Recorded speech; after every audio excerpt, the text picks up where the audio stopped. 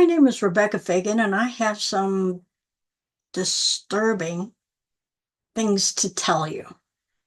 Let's take a look at our education system. It's broken. Why do we still use it? Years ago, the teacher to student ratio was about 20 to 1. In fact, back in the 1960s, it was almost 30 to 1. We didn't have preschool yet. We didn't have full day kindergarten. We didn't provide breakfast. We didn't have special ed designations for kids.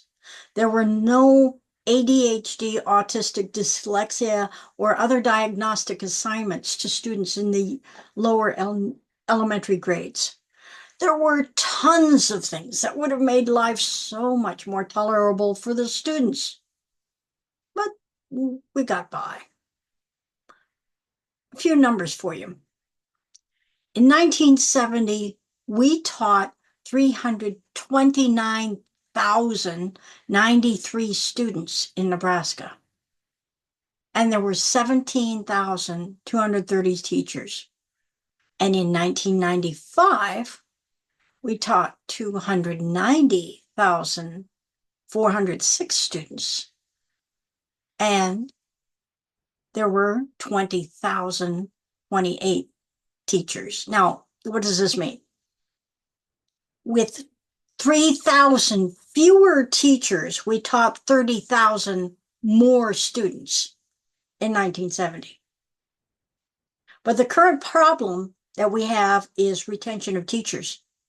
So there are 260,000 teachers leaving the profession throughout the country every year. Some are retiring. Others are getting out of the field of education entirely. If we are needing more teachers to teach fewer students, and more teachers are leaving now than ever, how is this problem going to be solved?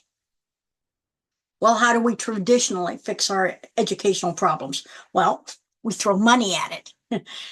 We make it harder to become a teacher with certification tests that may or may not have anything to do with the subject matter the teacher is working with. Because we want to make sure that these kids get the best education possible, we have to make sure that the teachers meet a certain standard. So 4 years of education, in some cases 5, on the college level, plus student teaching, plus an internship, does not guarantee that the people that graduate with a teaching degree are good teachers. Well, how do you become a good teacher? Experience. But they still have to pass this certification test in order to become a good teacher. And I'm sorry, there are some very fine teachers I know that have quit after taking the test 4 times because they could not pass the certification test and know about algebra and history and advanced English so that they would be qualified to teach kindergartners. Who made up these tests anyway? We could also increase the requirements for all the students because we need 7th and 8th graders who are proficient in algebra rather than waiting until high school. And of course, if they can't reach that, there's something wrong with the teachers. Why can't we introduce algebra in 7th grade? Why not 5th grade? Why not 3rd grade? Oh, but if they don't understand it, that's okay because they can take summer school and get caught up. You know, summer school lasts for about a month.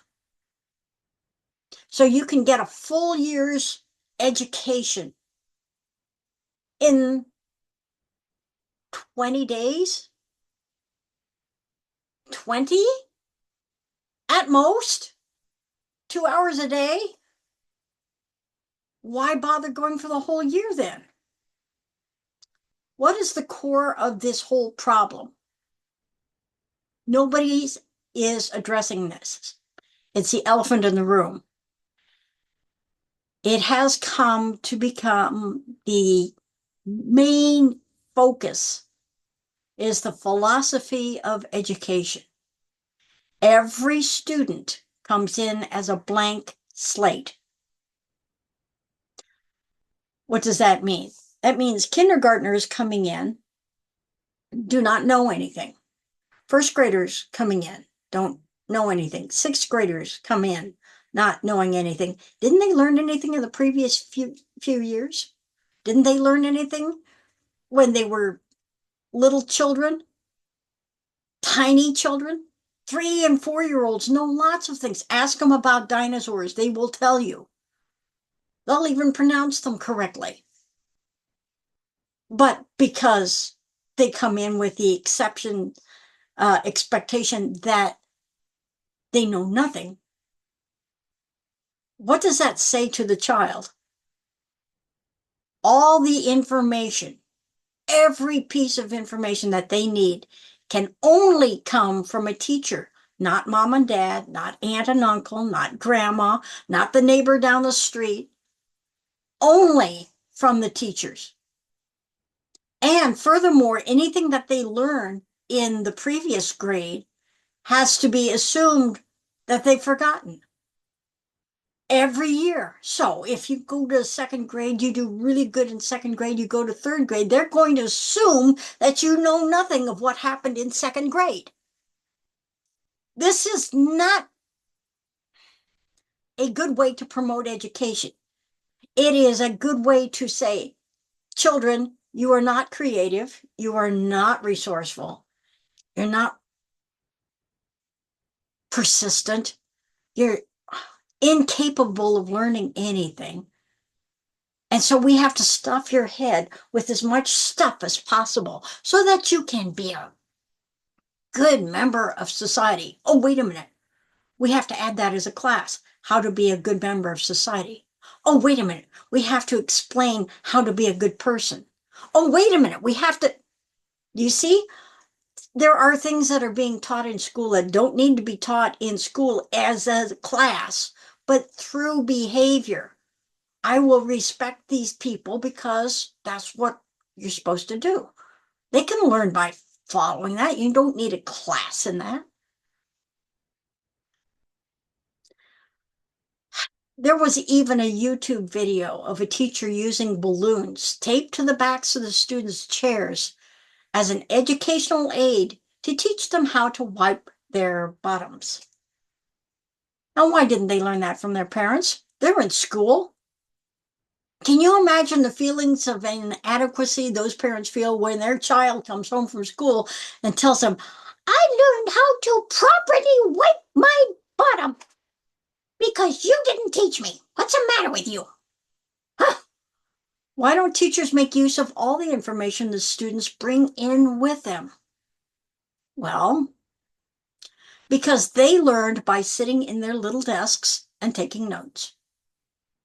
And because their parents learned by sitting in their little desk and taking notes. And because our grandparents learned by sitting in their desks and taking notes.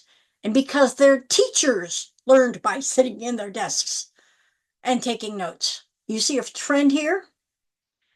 Now you remember, or maybe you don't, that 83% of the stuff that you learn by lecture and by studying and by reading is gone in 30 days. So if your teacher only retains 17% of what they learn, and their teachers only retain 17%, and their teachers only retained 17%, how much can they really pass on to you? Well, if you do the math, 17% times 17% times 17% is 0.4%. Not even 0.5% is what they recall and is what they are teaching to your teachers. So to say that the only knowledge that you can obtain must be from your teachers is ludicrous. But maybe those teachers learned some things outside of the lecture notes model by experience, by deep thinking, by introspective analysis. Are these the teachers that do not burn out? Hard to say. Why then is there so much burnout that 250,000 teachers yearly will not return to their classrooms? They are ultimately responsible for the success of those people that pass through their classrooms. Their students' ability to learn and grow on their own is their responsibility. Their ability to function and contribute to the society is the teacher's responsibility. The student's ability to make decisions based on gathering and examining facts is the teacher's responsibility. And their ability to even provide for their families is the teacher's responsibility. So, what are the students' responsibilities? It isn't to pay respect to their elders, parents, guardians, teachers, people in authority. It's expression. I don't know. There has to be some sort of discipline that is available to teachers, but it's been removed because, well, some teachers tend to think that the only way to discipline somebody is to smack them around. Well, no, that's not it. But now they can't discipline anybody at all. Because if you discipline a child, their parents are going to be in the office the next day demanding your job. It isn't to do their best work in class or outside of classes. They could just take 1 month of summer school and move up the next level. It isn't to apply what they learn in real life. That's not tested. It may be their only responsibility is to do well on standardized tests. Now, this may be a bit bitter, but if I were a classroom teacher, the realization that the fate of future generations depended entirely on me and not on those I am teaching, their parents, the administration, or the society, the depression would kill me. How does that make you feel? What if, instead of teaching solely the subject matter, we taught the students how to learn? What effects would that have? That's completely different than what people have become used to when it comes to the educational model. We cannot assume that the kids know anything. Why not? Of course we can. Kids will learn when they see that there's an advantage to know this stuff. What if all we had to do is ask them the question, what kind of dinosaur looks like a chicken? Why did Shakespeare put Romeo and Juliet in Verona, Italy, when he was writing for the unwashed masses in central London who had to stand up throughout the whole play because it was a mosh pit? Why would he set it in Verona? Why would we ever need to know the volume of a sphere? Why would we ever need to know science or math or language arts? What would make history more interesting? Because there's stories in history. Oh my gosh, the stories we could tell. But do they learn stories in that? No, they learn dates and places and names. I think we can do better. We need to do better. We need to redesign our educational program so that we become once again the most resilient, curious, resourceful people in the world because we have that capacity and we have a method of doing that. And if you're interested in that method, you can contact me at RebeccaFagan.com, or you can reach me at Rebecca at thefaganmethod.com. And we can have a discussion on how to really, really teach. We are having a consortium of teachers where we're getting a group of us together and making use of the, well, centuries of experience that we have got in this group. I have 57 years of teaching experience. You suppose maybe I might have learned something, especially when it comes to teaching? And if you're interested in joining this group, contact me. Rebecca at Rebecca Fagan, or I don't know where I am. Rebecca at thefaganmethod.com. It's Rebecca at the Fagan Method, FEGANMETHOD, all one word, .com. And we can go from there.